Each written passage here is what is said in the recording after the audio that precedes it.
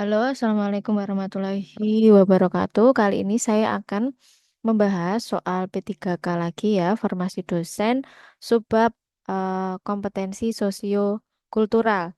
Jadi, untuk soal ini hampir sama dengan manajerial ya, video saya sebelumnya, di mana setiap opsi jawaban mengandung skor masing-masing ya, mulai dari 1 sampai 4. Jadi, jangan sampai kosong ya, bisa nggak bisa harus kerjakan karena semua opsi jawaban mengandung skor.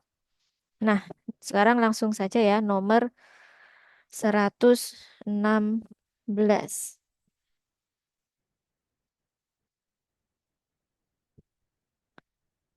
Oke. Oh, mohon maaf ini kan A sampai E ya. Jadi skornya 1 sampai 5. Suatu ketika, seorang mahasiswa melakukan kesalahan di tempat KKN sehingga memicu konflik dengan masyarakat setempat. Saya selaku dosen pembimbing lapangan akan bertanggung jawab untuk meredakan dan menyelesaikannya. Namun saya melihat situasi lebih dulu,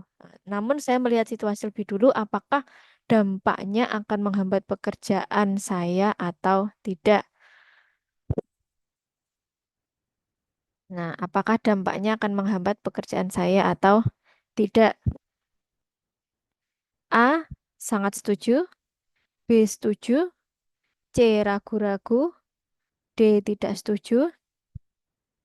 E. Sangat tidak setuju. Jadi si dosen ini ingin melihat dulu. Saya melihat dia ingin melihat situasinya terlebih dahulu apakah dampaknya itu akan menghambat pekerjaan dia atau tidak, setuju atau enggak. Nah, yang paling tepat di sini adalah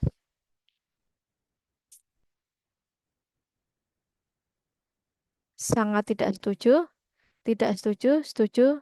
Nah, kalau ada kata masih ingin melihat dulu apakah dampaknya akan menghambat atau tidak, di sini kan masih eh, apa namanya, tidak ada pandangan yang jelas ya untuk kedepannya. Jadi masih kayak kondisional ya.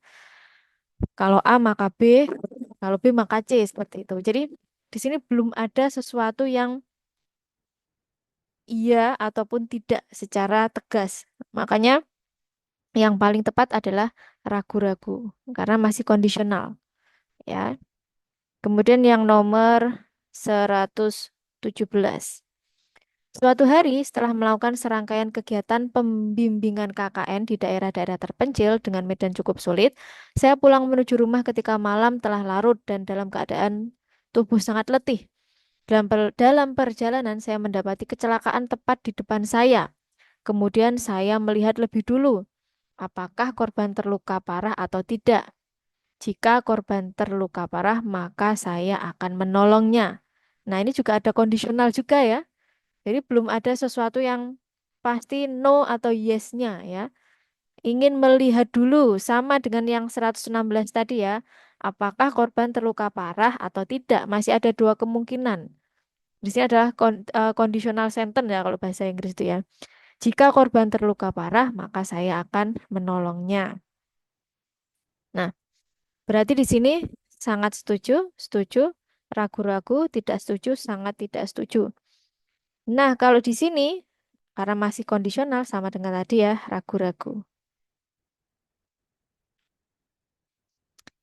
Kemudian nomor 18, 118.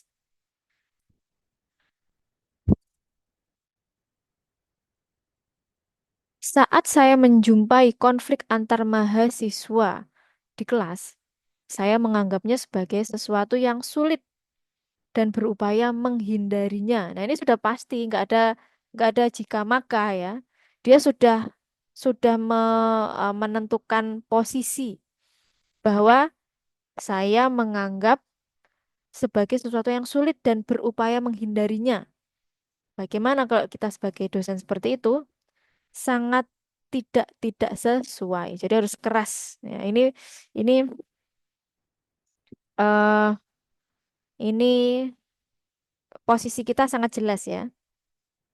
Posisi kita sangat jelas berarti sangat tidak sesuai. Ya. Masa kita menghindari masalah gitu ya sebagai dosen. Oke. Kemudian nomor 119. Dalam melaksanakan Tridharma, saya memiliki kegiatan pemberdayaan masyarakat di daerah pedalaman tempat kelahiran saya. Dalam kegiatan itu, saya melibatkan dua orang mahasiswa yang berasal dari kota besar. Perbedaan sistem nilai antara mahasiswa saya yang terlibat dengan masyarakat mitra pemberdayaan membuat pola komunikasi mereka sering menimbulkan kesalahpahaman.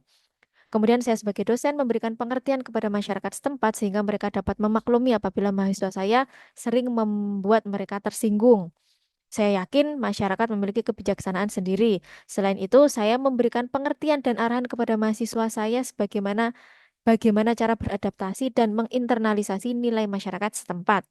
Sangat setuju, setuju, ragu-ragu, tidak setuju. Nah, ini posisinya bukan jika maka ya, ini jelas ya. Di sini dosen ini eh, melakukan aksi dua arah ya, tidak hanya meminta masyarakat untuk pengertian terhadap mahasiswanya, tapi dia juga memberikan bimbingan kepada mahasiswanya, memberikan saran kepada mahasiswanya untuk bisa beradaptasi dengan masyarakat. Jadi dua arah ya. Nah, kalau ini berarti kita jelas sangat setuju ya, sangat setuju. Kalau setuju aja nanti nilainya 4. Kalau sangat setuju nilainya 5 ya. Nomor 120.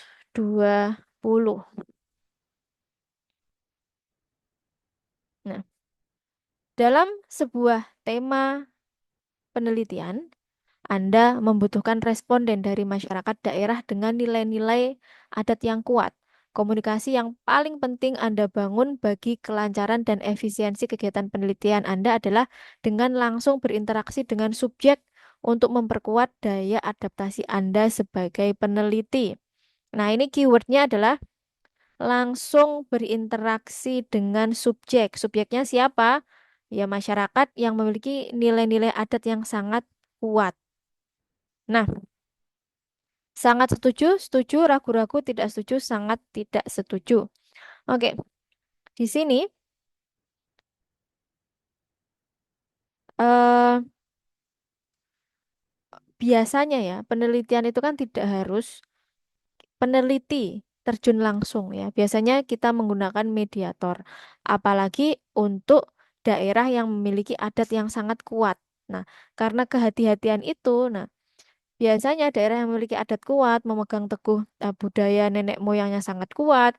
Orang luar seperti kita ya, misal kita kan sebagai orang luar ya, itu akan sangat probabilitas mengalami gesekan itu tinggi.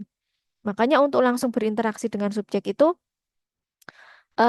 ada kalanya tidak disarankan ya.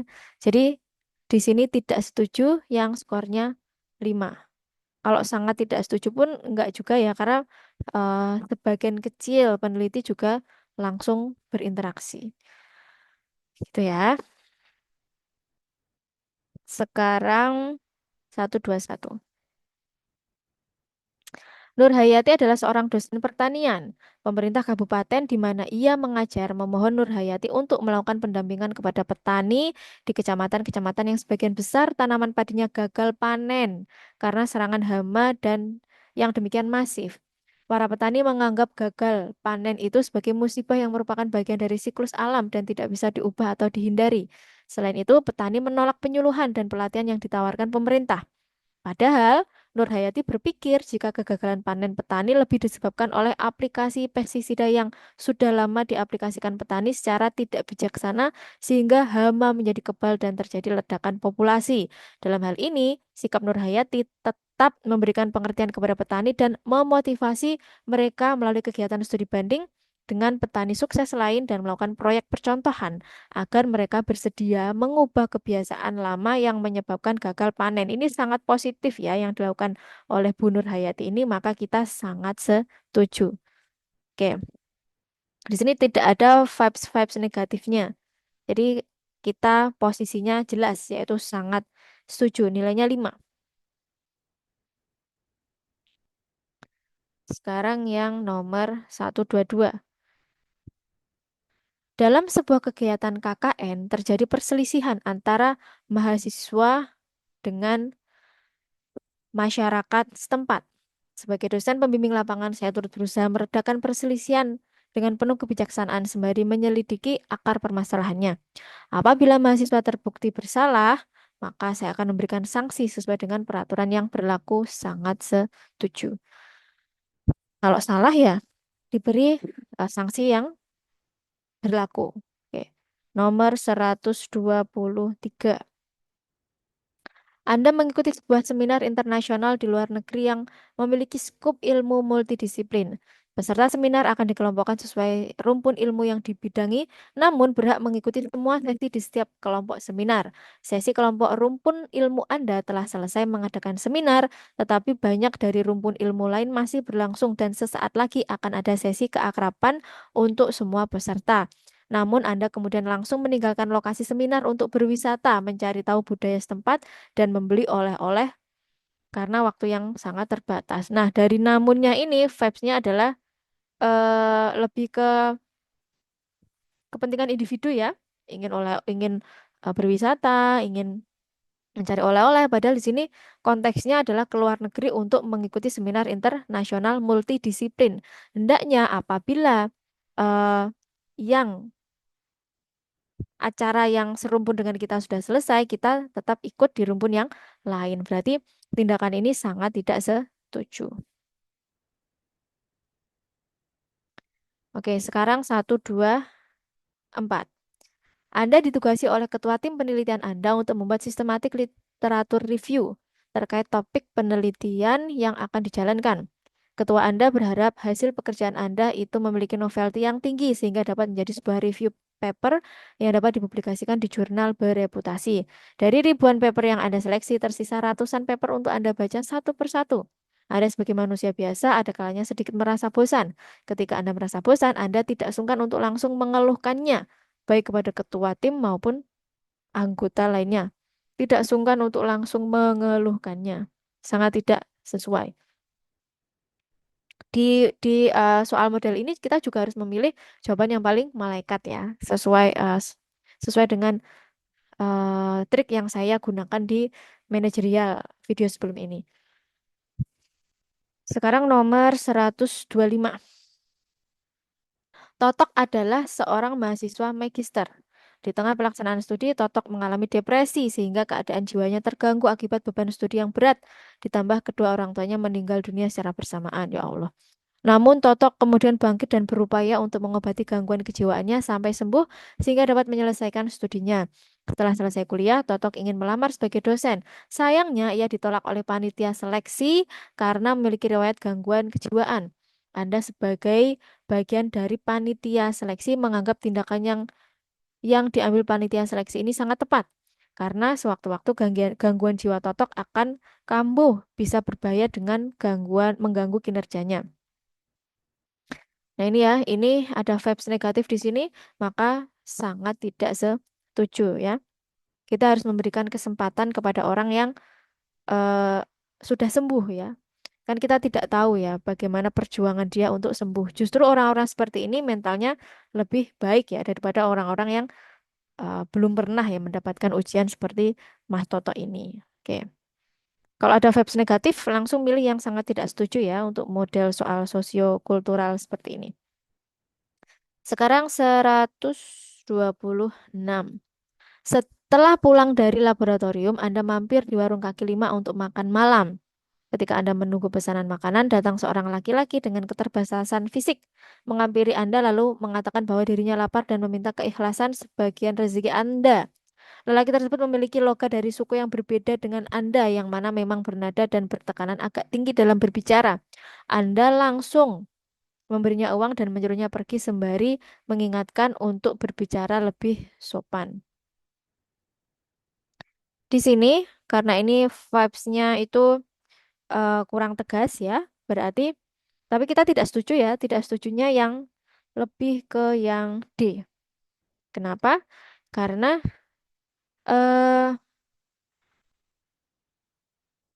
kita ketika memberi ya, ketika melihat pengemis ataupun apa, sebagai seorang pendidik ya, dosen itu sebagai seorang pendidik tidak memberi ya, tidak memberi itu bukan berarti kita tidak mau membantu, tapi kita mendidik ya. Seperti saya misal di lampu merah jarang ya, bukan tidak pernah jarang memberikan uang kepada anak-anak usia sekolah yang sedang mengamen. Tujuan saya tidak memberikan uang bukan berarti karena pelit, tapi saya ingin mendidik mereka bahwa pekerjaan seperti ini tidak menjanjikan dan tidak memberikan masa depan yang cerah ya. Makanya dengan tidak memberi berarti kita mendidik mereka bahwa agar mereka berusaha untuk mencari pekerjaan yang lebih layak ya. Seperti itu. Jadi ketika Anda langsung memberinya uang dan menyuruh pergi sambil mengingatkan untuk berbicara lebih sopan itu tidak setuju ya. Kemudian 127. Ya. Anda sedang dalam rangkaian konferensi internasional di Hokkaido. Rekan Anda yang berasal dari daerah setempat mengajak Anda berkeliling kota kemudian mampir di sebuah kedai makanan kesukaannya. Ternyata makanan tersebut tidak boleh dimakan menurut kepercayaan yang Anda anut. Namun untuk menunjukkan bahwa Anda berasal dari negara yang terkenal dengan toleransi tinggi, Anda turut mencicipinya. Sekaligus sebagai wujud penghargaan sambil berbincang mengenai keistimewaan makanan tersebut. Tidak perlu ragu lagi ya, sangat tidak setuju ya. Kepercayaan itu nomor satu ya, kepercayaan nomor satu. Toleransi tidak harus kita mengikuti kepercayaan orang lain, sebatas menghormati saja. Ya, misal pun kita diajak teman kita, ya kita pesan makanan yang boleh menurut ajaran kepercayaan kita. Ya, kita di sini harus punya menegaskan posisi kita, gitu ya.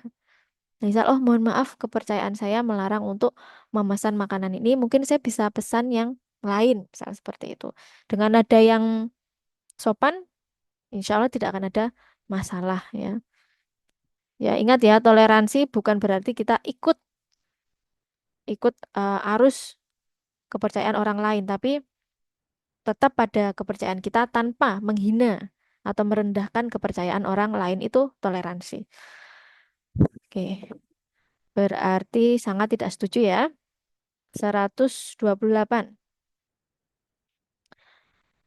Suatu hari, mantan supervisor PhD Anda yang berasal dari Kanada mengunjungi Indonesia untuk menjadi pembicara kunci di seminar internasional. Kebetulan Anda merupakan officer sebagai kegiatan seminar tersebut dan bertugas mendampinginya selama kegiatan di Indonesia. Untuk menjelaskan keberagaman di Indonesia ke depannya, Anda menceritakan sejarah dan budaya di tempat-tempat yang dilewati. Sangat setuju, seperti guide ya jadi. Seperti tour guide gitu ya. Oke, sangat setuju ya. Nggak ada yang salah dengan mengenalkan budaya dan sejarah kita. Sekarang 129. Anda mendapatkan jadwal mengajar di kelas yang mayoritas mahasiswanya berlawanan jenis kelamin dengan Anda. Misal saya cewek gitu ya, masuk ke kelas yang 80% cowok ya. Suatu hari atasan Anda menerima informasi bahwa mahasiswa di kelas Anda itu sulit fokus dalam menyerap perkuliahan. Mereka cenderung lebih banyak memperhatikan Anda dibandingkan perkuliahan yang Anda sampaikan. Atasan menyarankan Anda untuk melakukan sesuatu sehingga permasalahan tersebut dapat teratasi. Tetapi menurut Anda itu tidak perlu. Nah, ini kayak Anda tetap bekerja seperti biasa karena kesalahan bukan berasal dari Anda dan menekankan kepada mahasiswa agar lebih fokus dan dalam perkuliahan. Oke, di sini eh mahasiswa fokus kepada kita ya daripada pelajaran yang kita sampaikan. Nah, atasan, atasan itu menyarankan melakukan sesuatu sehingga permasalahan tersebut dapat teratasi. Tetapi menurut Anda tidak perlu. Nah, ini kalau menurut ini ya berarti kurang open minded ya. Anda tetap bekerja seperti biasa. Di sini ada masalah ya. Ada masalah. Kita nggak boleh keras kepala ya. Nah, kita bekerja seperti biasa karena kesalahan bukan berasal dari Anda. Nah, kesalahan ini kan bisa berasal dari mana saja ya, dan menekankan kepada mahasiswa agar lebih fokus. Nah, ini kayaknya tidak setuju ya, karena perlu introspeksi dari kedua belah pihak ya. Kalau kita dinasihati oleh atasan ya kita introspeksi diri. Kemudian kita juga eh, mengajak mahasiswa itu untuk introspeksi, yaitu dengan cara lebih fokus gitu. Dan kita juga introspeksi diri, kenapa kok mahasiswa lebih fokus ke saya? Apakah dandanan saya yang norak gitu ya, atau bagaimana itu ya perlu diperbaiki kedua belah pihak ya. Karena kita tadi menolak, menurut saya tidak perlu, nah makanya tidak setuju.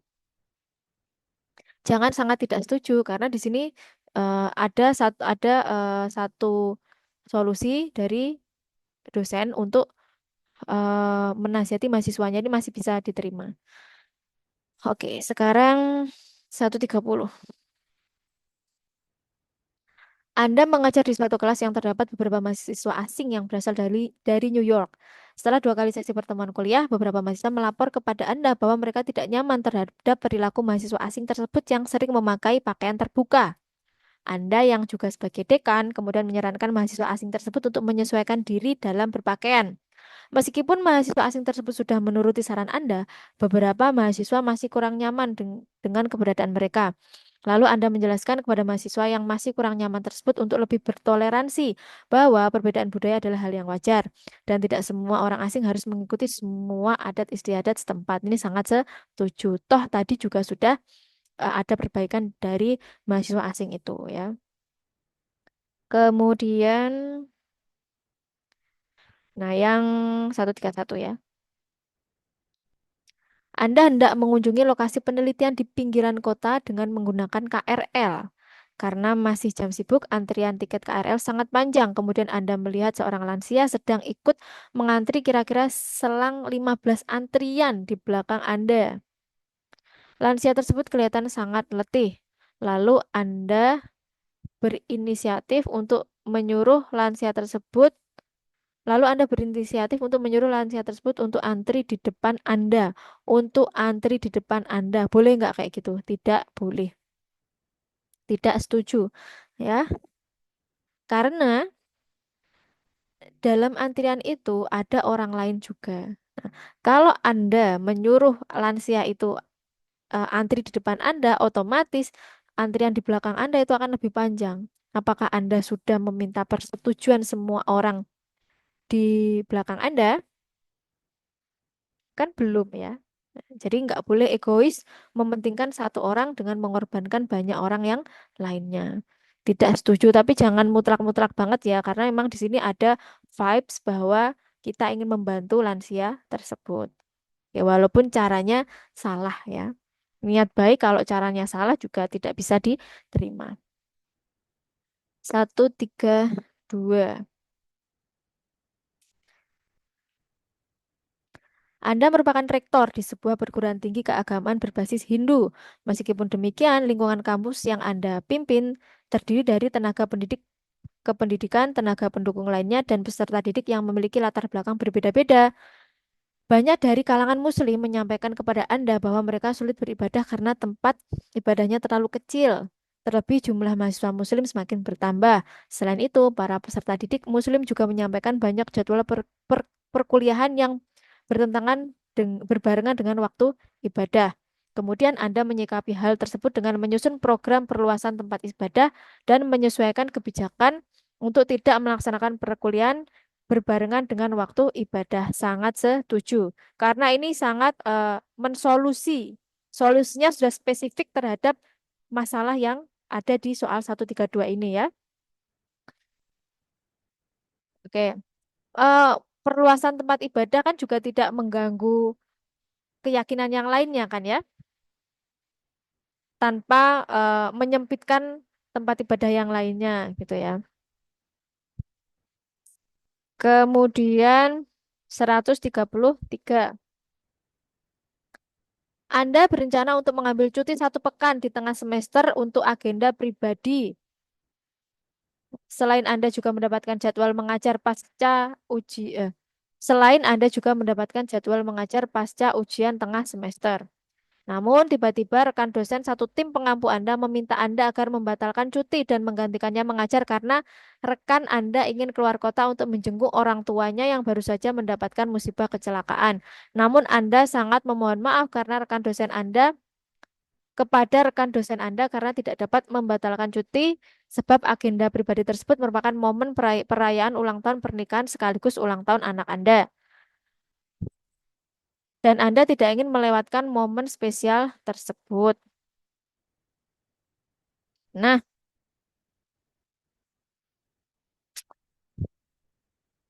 oke. Di sini antara musibah kecelakaan dengan anniversary ya, ulang tahun, pernikahan dan anak. Oke, ingat kita pilih jawaban yang paling malaikat. Nah, di sini Anda lebih memilih merayakan ulang tahun. Padahal teman Anda, orang tuanya mendapatkan musibah kecelakaan. Berarti setuju nggak? Tidak setuju. Ya, tidak setujunya nggak usah yang banget-banget, jangan yang E. Nah, karena ya di sini ada sedikit persentase benar ya, sedikit persentase persentase benar karena memang ini hak hak Anda untuk mengambil cuti tanpa melihat musibah orang lain. Maksud tanpa melihat apa namanya? Apa yang terjadi pada orang lain. Ya, jadi misal di sini kan antara empati dengan kebutuhan pribadi ya. Jadi kenapa tidak memilih yang sangat tidak sesuai? Karena ya memang ada anggaplah 20% ini tuh benar ya. Ada kebenaran 20% ya. Kesesuaian 20%, ketidaksesuaian 80%. Karena eh hendaknya kita mendulukan teman kita yang mendapatkan musibah gitu ya. Ingat pilih yang malaikat. Kemudian 134. Di tengah-tengah hiruk pikuk kemajuan teknologi saat ini, pertikaian karena perbedaan pandangan yang dipertajam dengan isu-isu keagamaan, kelompok, suku, atau golongan tertentu justru semakin banyak terjadi. Perilaku tersebut sungguh tidak mencerminkan nilai-nilai Pancasila. Anda sebagai pendidik di perguruan tinggi diminta untuk turut serta mensosialisasikan dan menerapkan nilai-nilai Pancasila agar dapat diserap dan diaplikasikan oleh mahasiswa. Anda kemudian lebih memilih untuk memberikan contoh nyata sikap-sikap yang mencerminkan nilai-nilai tersebut dalam perilaku Anda selama mengajar dibandingkan hanya berteori saja. Sangat setuju. Oke, terakhir ya. Suatu hari Anda berpergian ke luar kota dengan jarak 100 kilometer menggunakan bus antar kota. Pada saat di dalam bus, Anda cenderung takut atau bahkan tidak mau mengajak bicara orang yang duduk bersebelahan dengan Anda karena itu bukan urusan Anda dan Anda bisa saja dianggap sebagai orang sok akrab. Nah, kalau ini ragu-ragu ya. Jadi kayak ya kita boleh tidak tidak apa ya?